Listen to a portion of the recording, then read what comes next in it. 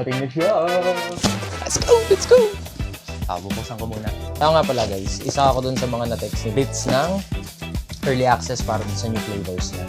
Kinuha namin yung 15 pieces. If I'm not mistaken, babagsak tong product nila. I mean, itong bagong flavors nila sa June 6. Mauna ako sa inyo.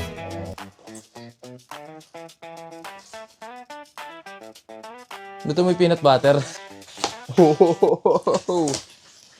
Dalawang box. Uy.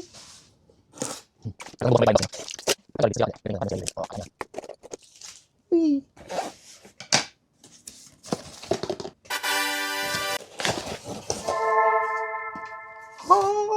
So, sakto yung unang box, nabuksan natin yung classic flavors. Ito yung original, syempre, the dark chocolate, saka yung vanilla. Natikman na natin parehas yan. Ito, hindi ko pa natatry.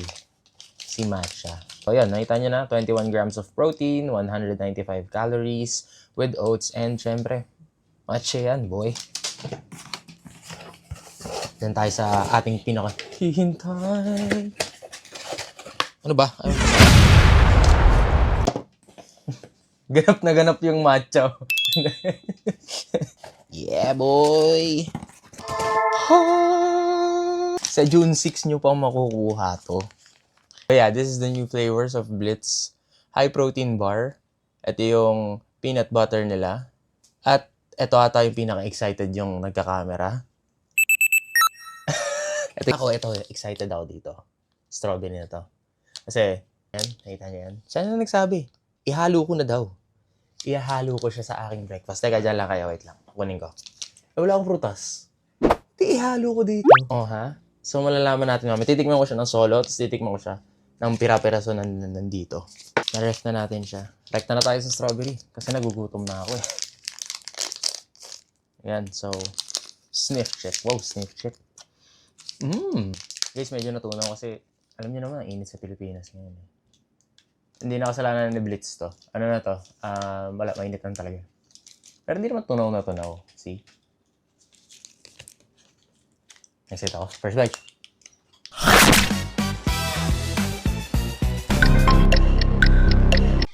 Protein bar ba to? Isipin nyo ano? Ito, 30 ano to. Alam niyo yung candy na maliliit na pink? Strawberry tsaka yung may white na swirls. Mon Ami. Ayun yung lasa niya. Bawasan mo lang yung sweetness niya. Cake na Mon Ami flavor. Yun. Para sa akin. So, dahil strawberry siya at wala akong prutas, and medyo cakey siya. Pag di masarap to, hindi kasalanan ni Blitz to guys ha. Kasalanan ko to. Kasalanan ng utak ko to. Kung ano-ano naiisipan. Paano mag-incorporate ng Blitz sa overnight oats? You simply rip it off and salt bae that. Siyempre, 3 pieces agad. Ay, hindi, sige. 2 lang para medyo balance. Tayong blueberry, konting nuts. Tapos, pwede na yan. Hype.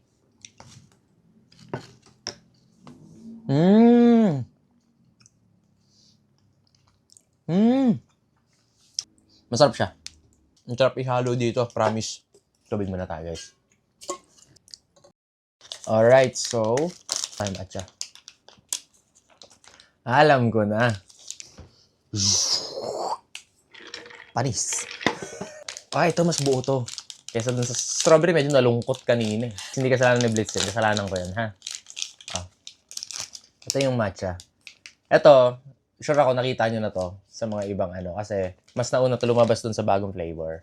Siyempre, pa-intense tayo. Mamaya na yung peanut butter. Alam ko naman yun yung gusto nyo eh. Try na agad natin to.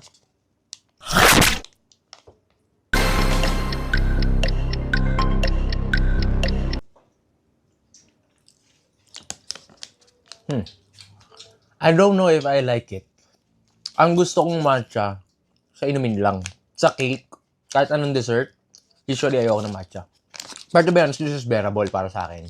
Ayun ko lang sa inyo kung matcha lover kayo. Sure ako gusto nyo to. But it's good. Try ko make kape.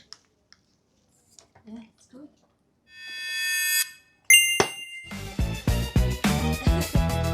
Oh my God!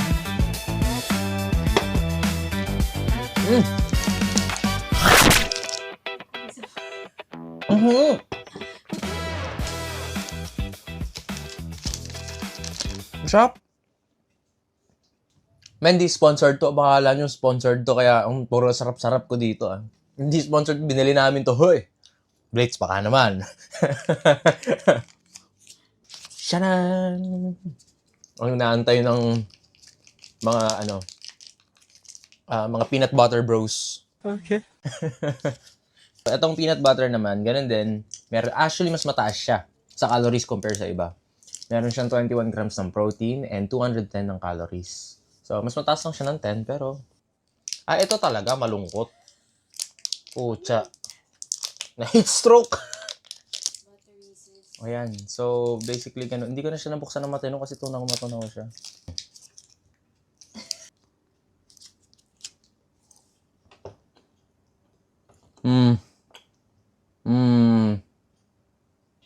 Rocky Road Chocolate Bar. Yun yung lasa niya. Wala na akong kailangan sabihin pa. It's nutty and chocolatey and ang sarap. This is your favorite? Oo, parang Reese's Cup siya. Anyways guys, so ang alam ko, naka-sale sila ngayon. Meron silang binibenta sa official website nila.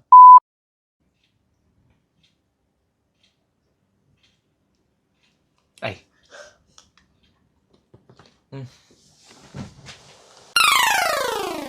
Game over.